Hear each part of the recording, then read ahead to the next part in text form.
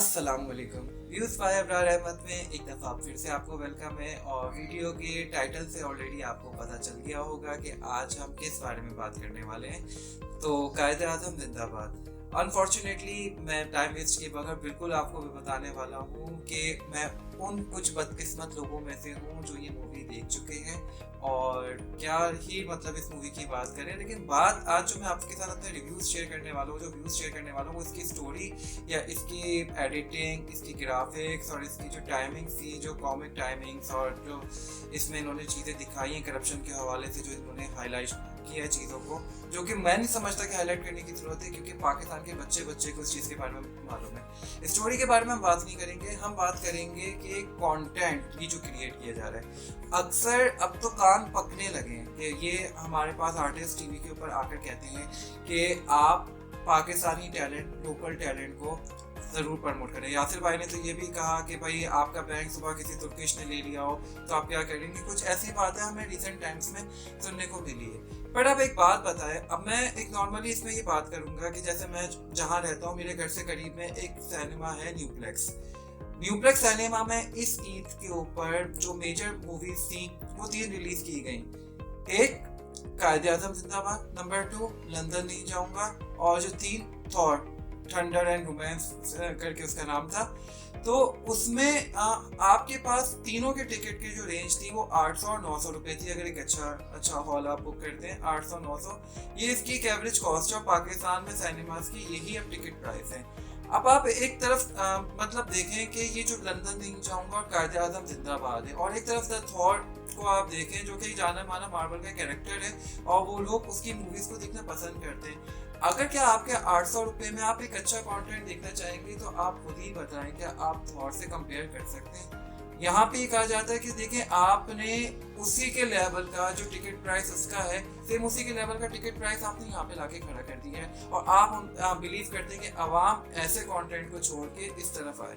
अब होता ये है कि हम लोगों की जो टीवी इंडस्ट्री, मीडिया इंडस्ट्री और ये फिल्म इंडस्ट्री है, ये पहले तो एक गिने चुने नामों पे चलती थी। मैं मतलब बचपन से सिर्फ मैं देखता था कि हीरो कौन है, शान एक साहब ने मतलब एक जाने माने पाकिस्तान के एक बड़े एक्टर है और उनकी एक्टिंग स्किल्स भी बहुत अच्छी है। स्टिल मुझे 2013 और 12 का जो सीन था, जो उन्होंने एक मूवी बनाई थी वार, जो 1 साल तक सिनेमा में लगी रही थी और किसी को भी उसका पायरेट वर्जन नहीं मिल रहा था। जो लोग बेच रहे थे वो उस टाइम पे 5-5 हज़ार रुपए में वो मूवी सेल करते थे। तो उसकी एक वजह थी कि उनकी वो एक्टिंग थी।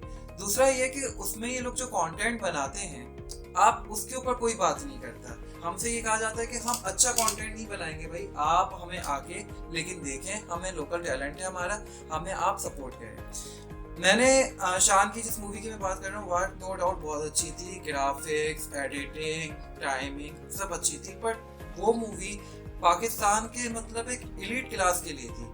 टोटल वो मूवी इंग्लिश में थी 75%। लीड एक्टर्स उसमें शान, हमजा अली अब्बासी और आयशा मौजूद थे, और उन लोगों ने टोटली आपस में इंग्लिश में बात की। उर्दू तो जैसे कि उन लोगों के पास से छूके नहीं गुजरी। तो एक हमारा वो तबका जो 95% आवाम देख नहीं सकती, आप उससे रिक्वेस्ट कर रहे थे कि भाई आप जाकर देखें, और 1 साल के बाद वो टीवी पे आई तो लोगों ने उसको यूट्यूब वगैरह पे देखना शुरू कर दिया। इसके बरक्स अगर हम दूसरी तरफ देखें, हमारा जो एक पड़ोसी मुल्क है इंडिया, वो आपस में कंपटीशन में इतने अच्छे हो चुके हैं कि वो एक तमिल इंडस्ट्री और एक बॉलीवुड इंडस्ट्री आपस में मुकाबला कर रहे हैं। भाई वो लोग मतलब मेरा एक दोस्त अक्सर ये कहता था तमिल मूवीज के बारे में कि फिल्में होती क्या है, झूठ तो होती है। तो अगर आपने झूठ देखना ही ठहरा तो आप तमिल मूवीज देखें जिसमें एक बंदा एक मुक्का मार के चलती हुई ट्रेन को भी रोक सकता है। तो अगर आपको झूठ देखना है तो देखें। और लिटरली यार वो सब चीजें आवाम देखती है, आपकी स्क्रीन पे भी आता है तो आप भी देखते हैं। ऐसी बहुत सी मूवीज हैं तमिल की जो ना चाहते हुए आपने देखी हुई है, आपको उसकी पूरी स्टोरी पता है। उनका कॉन्सेप्ट क्या है, कंटेंट और कंटेंट की प्रमोशन। यहाँ पे अभी आप लिखा ले लें, कायदे-ए-आज़म जिंदाबाद जो मूवी है ये अभी सिनेमा में ही रहेगी, इसकी कोई सीडी नहीं मिलेगी आपको कहीं, इसको ऑनलाइन आपको देखना एक बहुत मुश्किल हो जाएगा, और अगर मिलेंगी भी तो फिर वो पायरेट वर्जन जो किसी ने चोरी चुपके से सिनेमा में वो की हुई होंगी, वो भी किसी को उनको पता चल जाता है तो वो डिलीट करवा देते हैं। दूसरे बिहाफ पे इंडिया, मैंने बचपन में एक मूवी आती थी, बड़ा डिसलाइक करता था मैं, जब भी आ रही होती थी मैं चैनल चेंज करता था। मूवी का नाम था हम तुम, सैफ अली खान और रानी मुखर्जी। इस दौर में ये दोनों अपनी कैपेसिटी जो एक लेवल था वो दोनों खो चुके हुए, लेकिन उनकी एक मूवी थी। मैंने कभी नहीं देखी थी, लेकिन कुछ दिनों पहले वो मूवी मैंने कैसे पूरी देखी कि भाई जब भी फेसबुक पे खोलता था उसका क्लिप आ रहा होता था, उस क्लिप 20 मिनट 15 मिनट के क्लिप को मैं देख देख के मैंने वो पूरी की पूरी मूवी कंप्लीट कर दी। अब मुझे उसकी स्टोरी पता है। यहाँ पे हमारे पास क्या कहते हैं कि नहीं, हमने एक थॉर मूवी जो है उसके बराबर का हम टिकट सेल कर रहे हैं और आपने हमारा कंटेंट देखना है। यही वजह थी कि हम इंडियन मूवीज का वेट करते थे और इंडियन जो बॉक्स ऑफिस था वो उस तरीके से चलता था। दूसरी तरफ हमारी बात करूंगा मैं कास्ट की। मैं देखें, अब मैं कायदे-ए-आज़म जिंदाबाद की बात करता हूँ। इसमें जो लीड एक्टर है फहद मुस्तफ़ा, फहद मुस्तफ़ा बेसिकली है क्या, आप इसको हमारे पड़ोसी मुल्क में किस एक्टर के सामने लाके खड़ा करते हैं और किससे कंपेयर करते हैं? फहद मुस्तफ़ा को मैं देखता हूँ कि भाई वो आवाम को इंगेज करके रखता है, अपना प्रोडक्शन हाउस है, जी तो पाकिस्तान में वो बहुत मतलब हलचल एक नए नए तरीके से मतलब लोगों को एंटरटेन कर रहा होता है और वो हीरो के तौर पे आ गया। एक साल के 365 दिन आवाम उसको जिस तरीके से मतलब देख रही होती है, अचानक से उसको एक न्यू कैरेक्टर में देखेगी तो आवाम ऐसी उसको लाइक नहीं करेगी। आवाम उसका उछलना कूदना देख रही है तो आप क्यों कैसे लाइक करेंगे कि वो एक पुलिस वाला बन के सामने आ रहा है। दूसरे हाफ पे हमने मायरा खान के एक मशहूर ज़माना ड्रामा हम सफ़र, जो कि उन्होंने रियली कंटेंट प्रोड्यूस करके ही मतलब हिट हुआ था। उन्होंने हम सफ़र के लिए घर घर जाके नॉक नहीं किया था कि हमारा ड्रामा देखो, लेकिन ये मूवीज़ को दिखाने के लिए ये लोग बहुत ज़्यादा नॉक करते हैं कि यार आप हमारा ड्रामा देखें, हमारी फिल्म देखें। इस तरीके से मैं हमारे जो अभी टीवी इंडस्ट्री में जो सबसे कामयाब एक्टर हैं हुमायूं सईद साहब, अगर हम उनको अभी उन्होंने जब मेरे पास से उनको ड्रामा दिया था तो लोगों ने कहा था कि शाहरुख खान की एक्टिंग करेगा, सलमान खान की एक्टिंग करेगा, आमिर खान की एक्टिंग करेगा, ये एक्टर हुमायूं सईद एक्टिंग में किंग है अलग से। यार वो लोग जो हैं हमारे बॉलीवुड के स्टार, अक्षय कुमार को आप देख लीजिए कितना फिट है, जॉन इब्राहिम को देख लीजिए क्या वो आया था फिल्म इंडस्ट्री में, उसने अपनी क्या बॉडी की है। क्या आप हुमायूं सईद साहब से ये एक्सपेक्ट कर सकते हैं कि वो इस एज में एक शर्टलेस एक्टिंग कर सकते हैं? अभी भी अगर आप शाहरुख खान को कहें कि इतनी एज के बाद कि आपने एक एक्शन मूवी करनी है, जो कि उसने रिसेंटली कुछ साल पहले रावण करके दिखाई भी है, आपने एक्शन मूवी करनी है, तो क्या वो आपको करके दिखा सकते हैं हुमायूं सईद साहब?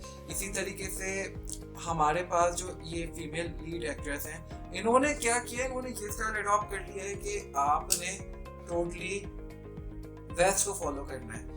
यार ऐसा बिल्कुल भी नहीं होता। आज भी जो हमारे टीवी इंडस्ट्री में जो ड्रामे कामयाब होते हैं वो ड्रामे कामयाब होते हैं जो कि रियलिटी बेस्ड होते हैं। आपने उन ड्रामों को कभी भी फॉरगेट नहीं मिलती जिसमें ये उल्टी सीधी बातें चल रही होती है, कुछ एक्शंस होते हैं। हम मेरे पास तो वो रिसेंट टाइम में जो फेमस हुआ था वो एक एक्चुअली रियलिटी पे हुआ था कि कैसे एक गोल्ड डिगर्स आपकी ज़िंदगी में आते हैं और आपको इरिटेट करके चले जाते हैं। तो ये चीज़ें मैं आपसे देखें रिकमेंड नहीं करूँगा, क्योंकि देखिए मैंने अगर मुझसे पूछे कि कायदे-ए-आज़म जिंदाबाद देखी और आपको देखनी चाहिए, तो मैं आपको कहूँगा बिल्कुल नहीं देखनी चाहिए। ऐसी मूवी तो बिल्कुल भी ना देखे ना कि एक बंदा पानी से बाहर निकलता है और उसके कपड़े तक गीले नहीं होते। मतलब एडिटिंग का एक लेवल होता है, बट इस लेवल की भी एडिटिंग नहीं होनी चाहिए ना कि बंदा पानी से बाहर निकले और कपड़े तक गीले नहीं हुए। तो मैं आपको इस चीज़ में बिल्कुल रिकमेंड नहीं करूँगा कि आप ये मूवी देखें। हाँ, अगर आपको लगता है कि देखें हम अभी उस लेवल पे नहीं पहुँचे, हमारे मुल्क में सिर्फ एक ही स्टार कामयाब है, आतिफ असलम। अगर आतिफ असलम पेप्सी के एड पे आता है तो पेप्सी की कामयाबी है, आतिफ असलम की कामयाबी नहीं है कि उसको पेप्सी का एड मिल गया। हमारे मुल्क में ये आर्टिस्ट इस तरीके से स्ट्रगल कर रहे हैं। ये जिस दिन अच्छी चीज क्रिएट करेंगे तो उसमें पब्लिसिटी की जरूरत नहीं होगी। आज रज़ा मीर का एक ड्रामा आजकल चल रहा है जो कि मैंने बकायदा ट्यून करके नहीं देखा, लेकिन फेसबुक पे जब उसका क्लिप आता है तो मैं रुकता हूँ, जिसमें वो आदम और नेहा की स्टोरी चल रही होती है। I don't know the name of the drama, लेकिन मैं उसके क्लिप्स जब भी आ रहे होते देखता हूँ। क्यों? क्योंकि उसमें कंटेंट हंसी मजाक है। इसी तरीके से जो ये कॉमिक ड्रामा से हमारे सुनो चंदा, चुपके चुपके, किसी ने पकड़ के इनको कहा नहीं था अवाम को कि देखें, अवाम ने उससे ट्यून करके इन ड्रामों को देखा है। ऐदे वफा जो ड्रामा था उसको किसी ने पब्लिसिटी नहीं की थी, आवाम को अच्छा लगा तो देखा था। तो आप ये कभी भी एक्सपेक्ट नहीं कर सकते कि नहीं हम लोकल टैलेंट को प्रमोट करें। इस लोकल टैलेंट को अगर प्रमोट करना है तो हमारा हीरो बाबर आजम है, हमें पसंद है, हम 3 घंटे उसकी डॉक्यूमेंट्री बना देते हैं कि बाबर आजम ने ये किया वो किया। बाबर आजम बैठ के 3 घंटे बोल लेगा, ये जैसे मैं अभी आपसे बैठ के बात कर रहा हूँ तो बाबर आजम ऐसे बैठ के बोल लेगा, उस सिनेमा में लगा दें कि भाई उसको चलाओ, इससे हमारी फिल्म इंडस्ट्री, हमारे सिनेमा इंडस्ट्री क्रिएट होगी। ऐसा नहीं हो सकता ना। तो ये चीज़ है।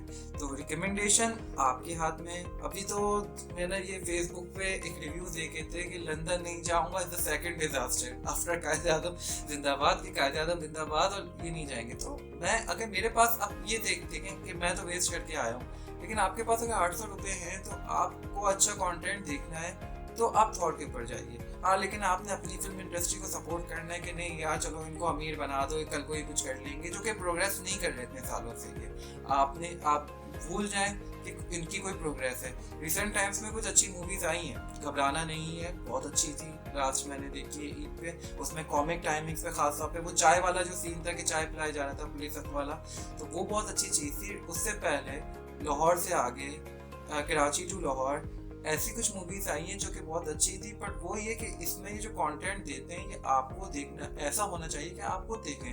तमिल मूवीज हम लोग क्यों देख लेते हैं कि भाई कंटेंट अच्छा है। ये हमारी पुष्पा मूवी आई, इंडिया के एक ऐसी इंडस्ट्री में रिलीज हुई है जो कि हम नहीं मान सकते कि वो मतलब एक अच्छी इंडस्ट्री है, वहाँ की जबान हमें समझ में नहीं आती। और यही वजह थी कि डिलिश अर्तुगरुल, कडोलुस उस्मान, इनकी हम एक एपिसोड देख के इतने, हालांकि डिलिश अर्तुगरुल 2014 में रिलीज हुआ था, लेकिन देखें कोविड के टाइम पे हुआ ये कि वो पाकिस्तान इंडस्ट्री में आया, लोगों ने एक एपिसोड देखी और एक एपिसोड देखने के बाद खुद ही हो गया कि उनकी पूरी कास्ट उठ के पाकिस्तान आ गई। तो ये मोहब्बत है कि हमें एक कंटेंट अच्छा मिलेगा तो हम क्यों नहीं देखेंगे। कंटेंट अच्छा हमें मिला था, हमने देखा, और आज वो हमारी one of the most favourite series है कि हमें उनकी और सीरीज का भी इससे अंदाजा हुआ। तो उम्मीद करता हूँ कि मेरा मैसेज आपको समझ आया होगा, और अगर आप मेरे चैनल पे नए हैं तो ज़रूर ही बताइएगा कि आप ये वीडियो मेरी कहाँ से देख रहे हैं, और मेरे चैनल को सब्सक्राइब करना ना भूलिएगा। अपना ख्याल रखिएगा। अल्लाह हाफिज़।